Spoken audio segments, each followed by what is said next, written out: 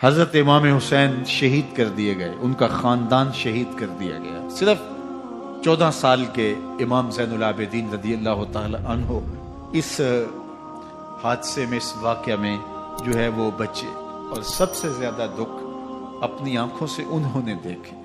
کربلا کا منظر بھی دیکھا، کوفے کا دارالامارہ بھی دیکھا، اور دمشق کا دربار یزید بھی دیکھا، اور پھر یہاں سے مدینے پہنچ کر اہل مدینہ سے جو سامنا ہوا امام زین العابدین نے وہ لمحے بھی دیکھے۔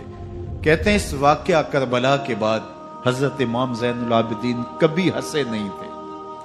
جب بھی پانی پینے لگتے تو رو پڑتے، انہیں شاید سکینہ کی پیاس یاد آ جاتی تھی۔ امام زین العابدین کا رنگ زرد ہو جاتا جب کربلا کی یاد آتی، اور بسا اوقات شہر سے وحشت ہونے لگتی، اور دور باہر نکل جاتے اور جا کر کے وہاں خیمہ گاڑ لیتے، اور مہینہ مہینہ وہاں ذکر و فکر اور عبادت میں لگے رہتے۔ امام زین العابدین کے ہاتھوں میں ہتھ کڑیاں، پاؤں میں زنجیریں، اور اونٹ پہ باندھ کر کے جب حضرت امام زین العابدین کو شہیدوں کی لاشوں کے قریب سے گزارا گیا تو غشی پہ غشی طاری ہو رہی تھی امام زین العابدین پہ، اور وہ گھڑیاں بھی امام زین العابدین پر کتنی دردناک تھیں کہ جب شہزادیاں اونٹوں کے ساتھ باندھی گئی تھی اور امام زین العابدین اپنے بابا کا سر اپنے سامنے چلتا ہوا دیکھتے تھے، اور یہ دردناک لمحے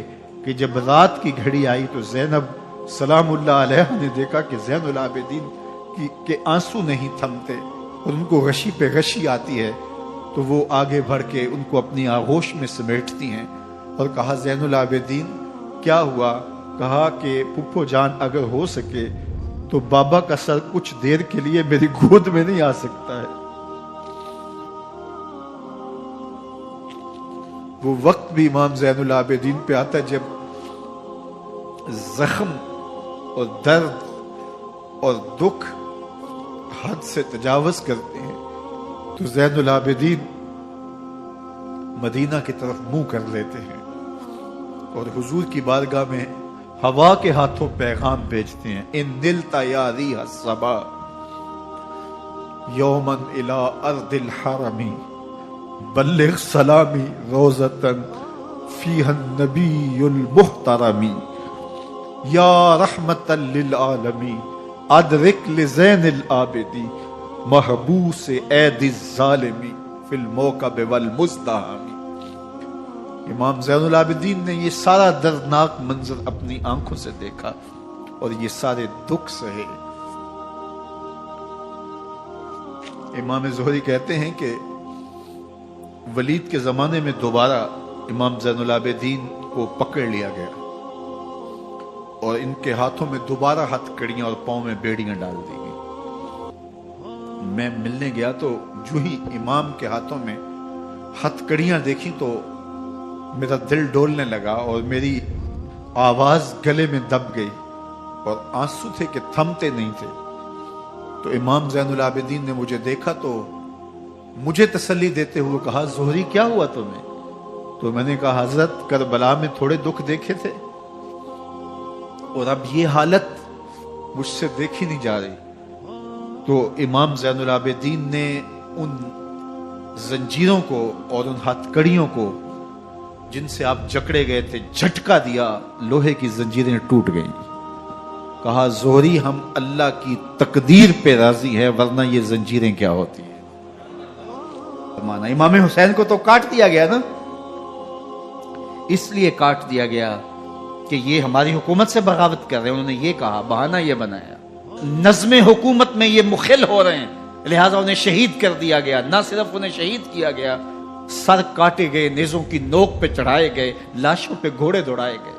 کیا کیا ظلم تھا، کیا کیا جبر تھا جو روا نہیں رکھا گیا۔ پیاسا رکھا گیا، بھوکا رکھا گیا، 6 ماہ کے بچے بھی نہیں چھوڑے گئے۔ امام حسین جب حضرت علی اصغر کو اپنے ہاتھوں پہ اٹھا کے فرات کے کنارے جا کھڑے ہوئے تو آپ نے اشقیاء سے مخاطب ہو کے کہا کہ تمہاری لڑائی تو مجھ سے ہے، اس 6 ماہ کے بچے نے تمہارا کچھ نہیں بگاڑا۔ چلو سے پانی بھرا تاکہ اصغر کا حلق تر ہو جائے تو پانی ابھی حلق تک نہیں پہنچا، 2 شاخہ سنسناتا ہوا تیر آیا اور علی اصغر کا گلا چیر گیا. اور کہتے ہیں وہ جو تیر تھا جو حضرت علی اصغر کا گلا چیر کے آگے گزرتا ہے، وہ تیر تھا جو جانوروں کو مارنے کے لیے استعمال کیا جاتا ہے. گردن لٹک جاتی ہے، خون بہنے لگتا ہے. امام حسین اس خون کو آسمان کی طرف اچھال کے کہتے ہیں مالک حسین کی یہ قربانی بھی قبول فرما لے. شہید کر دیے گئے، گھوڑے دوڑائے گئے. سادات کرام عصمت شیار پیغمبر زادیوں کو اونٹوں پہ بٹھایا گیا، رسیوں سے جکڑا گیا، چادریں چھیننے کی کوشش کی گئی، کیا کچھ نہیں ہوا. تاریخ دردناک ہے اور یہ پیغمبر کے ماننے والوں نے، کلمہ پڑھنے والوں نے یہ سب کچھ کیا. بے مروت، بے وفا، تیرا بھی کیا افسانہ ہے. جس نے اپنی ہی شمع کو گل کیا تو وہ پروانہ ہے. لیکن یزید کی دلیل یہ تھی کہ یہ حکومت کا نظم چلتا ہے، اسے چلنے دیا جانا چاہیے. انہوں نے کیوں رکاوٹ ڈالی ہے؟ لہٰذا یہ باغی ہیں، ان کو کاٹ دیا جائے. میں کہتا ہوں امام حسین کو شہید کر دیا گیا، ان کے اعیان و انصار کو شہید کر دیا گیا، پورے خاندان کو پیاسا رکھ کے ذبح کر دیا گیا. 6 ماہ کے بچے بھی نہیں چھوڑے گئے، 80 سال کے بوڑھوں کو بھی شہید کیا گیا. خواتین کو اونٹوں پہ بٹھایا گیا اور گلی گلی عصمت معاب پیغمبر رحمت کی شہزادیوں کو کوفے اور دمشق کے بازاروں کے اندر بھرایا گیا. تو مجھے بتائیں اس کے بعد یزید کی حکومت نے کیا کیا، ان کا کیا کارنامہ تھا؟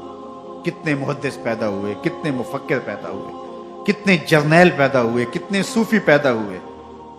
کون تھا جو ان کے تخت و تاج اور ان کی حکومت جس کو بچانے کے لیے اتنا بڑا حادثہ کر دیا اور پیغمبر کے بیٹوں کو شہید کر دیا؟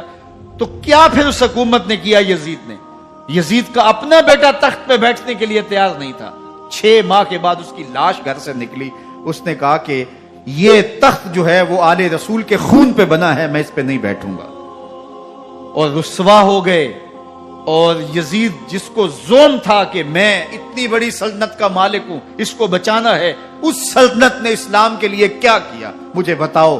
کون سے جرنیل پیدا کیے، کون سے حکمران پیدا کیے، اس نے کون سے توانا لوگ پیدا کیے، کون سے محدث، کون سے مفکر، کون سے مسلح پیدا کیے.